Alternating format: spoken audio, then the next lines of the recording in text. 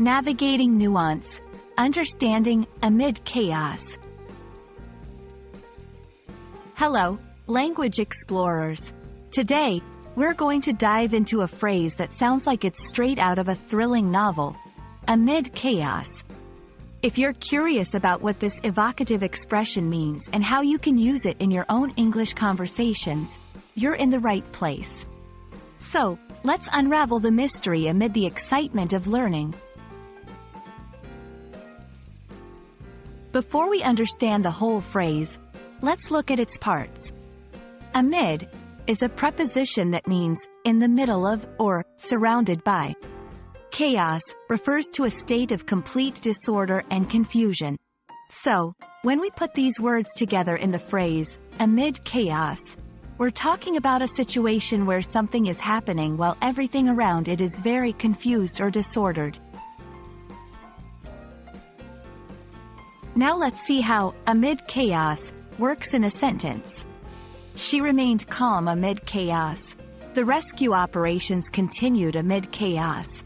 In these examples, the phrase paints a picture of calmness or continuity in the middle of tumultuous circumstances. It's useful when you want to describe the contrast between the serenity or persistence of one element and the disorder of the environment. Use amid chaos to emphasize contrast. It can be metaphorical or literal, so feel free to use it to describe physical scenes or emotional states. Don't confuse amid with amidst, which is a more archaic form but still correct. For instance, amidst chaos carries the same meaning. Let's take a look at some examples from various sources.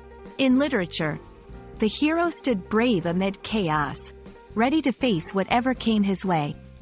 In news reports, the medical team provided aid amid chaos after the earthquake. These examples show how the phrase can add dramatic flair and convey a sense of resilience or action within a disorderly context. And there you have it. You're now more familiar with the phrase, amid chaos, and how it's used to describe maintaining composure or action in the face of disarray. I hope you can confidently use this phrase in your conversations and writing. Keep practicing, stay curious, and I'll see you in the next video where we'll uncover more English language gems. Happy learning!